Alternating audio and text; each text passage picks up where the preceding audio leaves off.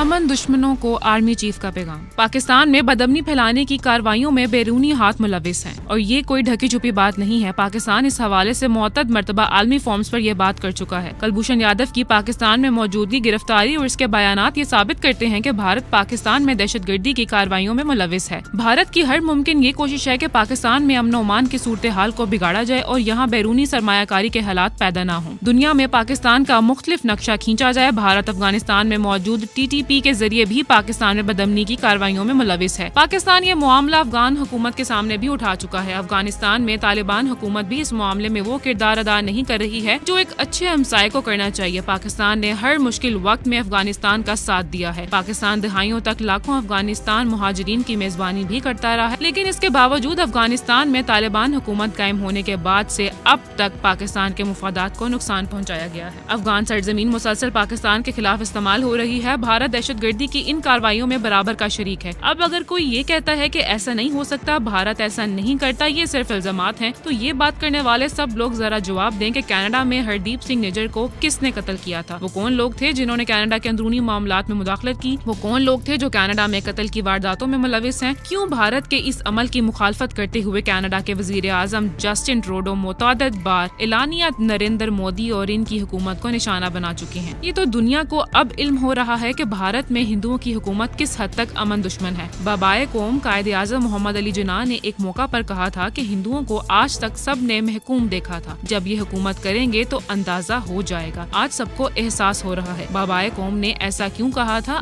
آج بھارت میں انتہا پسندوں کی حکومت نے دنیا کے امن کو داؤ پر لگا دیا ہے۔ نریندر مودی کی متعصب اور امن دشمنی پالیسیوں کی وجہ سے دنیا کا امن خطرے میں ہے۔ کھیل اختلافات کے خاتمے کا ذریعہ ہوتے ہیں، کھیل امن کا پیغام دیتے ہیں، لیکن بھارت کی موجودہ حکومت برسوں سے کھیلوں میں بھی سیاست شامل کر کے نفرتیں پیدا کرنے کا سامان کر رہی ہے۔ چیمپئنز ٹرافی کرکٹ ٹورنامنٹ 2025 اس کی سب سے بڑی مثال ہے۔ بھارت آج تک دنیائے کرکٹ کے اس بڑے ایونٹ کو سیاست کی بھینٹ چڑھانے کی مکمل تیاریاں کر چکا ہے۔ بھارت کے یہی وہ رویے ہیں جن کی وجہ سے دنیا کا امن خطرے میں ہے اور دنیا نریندر مودی کی ان کارروائیوں پر خاموشی اختیار کیے ہوئے ہے۔ جب تک بھارت کا راستہ نہیں روکیں گے، اس وقت تک معاملات درست سمت میں آگے نہیں بڑھ سکتے ہیں۔ پاکستان کے آرمی چیف نے ایک مرتبہ پھر پاکستان کے امن دشمنوں کو واضح پیغام دیا ہے۔ Army chief general Asim Munir کہتے ہیں کہ آئین ہم پر پاکستان کی اندرونی بیرونی سیکیورٹی کی ذمہ داری عائد کرتا ہے اور جو بھی پاکستان کی سیکیورٹی میں رکاوٹ بنے گا، ہمیں کام کرنے سے روکے گا، اسے نتائج بھگتنا ہوں گے۔ دہشت گردی کے خلاف جنگ میں ہر پاکستانی سپاہی ہے۔ اس جنگ میں کوئی یونیفارم میں ہے اور کوئی یونیفارم کے بغیر، اور ہم سب کو مل کر دہشت گردی کے ناسور سے لڑنا ہے۔ ہم سب پر آئین پاکستان مقدم ہے۔ پاکستان آرمی اور قانون نافذ کرنے والے ادارے گورننس میں موجود خامیوں کو روزانہ اپنے شہیدوں کی قربانی دے کر پورا کر رہے ہیں۔ بتایا جاتا ہے کہ وزیر اعظم شہباز شریف کی سربراہی میں نیشنل ایکشن پلان پر ایپیکس کمیٹی کے اجلاس میں army chief general Asim Munir, DGISI سمیت انٹیلیجنس اداروں کے سربراہان اور چاروں صوبوں کے وزرائے اعلیٰ بھی شریک ہوئے۔ اجلاس میں ملک کی اندرونی اور بیرونی سیکیورٹی صورتحال پر غور کیا گیا اور کمیٹی کو خیبر پختونخوا بلوچستان میں دہشت گردی کے حالیہ واقعات پر تفصیلی بریفنگ بھی دی گئی۔ کمیٹی نے دہشت گردی کے خاتمے کے لیے سیکیورٹی فورسز کے آپریشنز پر اطمینان کا اظہار کیا ہے۔ پاکستان نے ہمیشہ خطے میں پائیدار قائم کرنے کے لیے اپنا کردار ادا کیا ہے۔ پاکستان میں ہونے والی دہشت گردی کی کارروائیوں کے بارے میں دنیا میں یہ سوچ پائی جاتی ہے کہ ان کارروائیوں میں بیرونی ہاتھ ملوث ہے اور یہ سب بد امنی کسی خاص مقصد کے تحت پھیلائی جا رہی ہے۔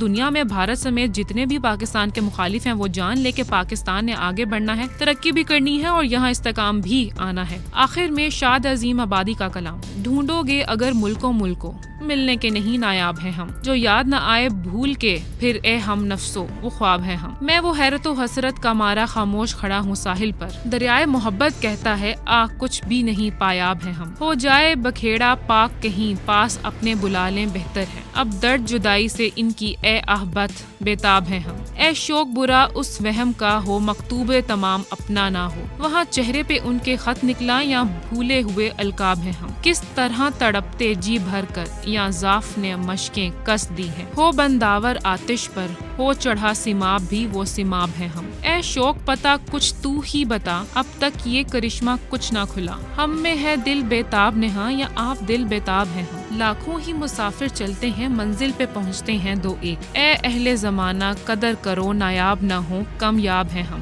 مرغانے قفس کو پھولوں نے اے شاد یہ کہلا بھیجا ہے، آ جاؤ جو تم کو آنا ہو ایسے میں ابھی شاداب ہیں ہم۔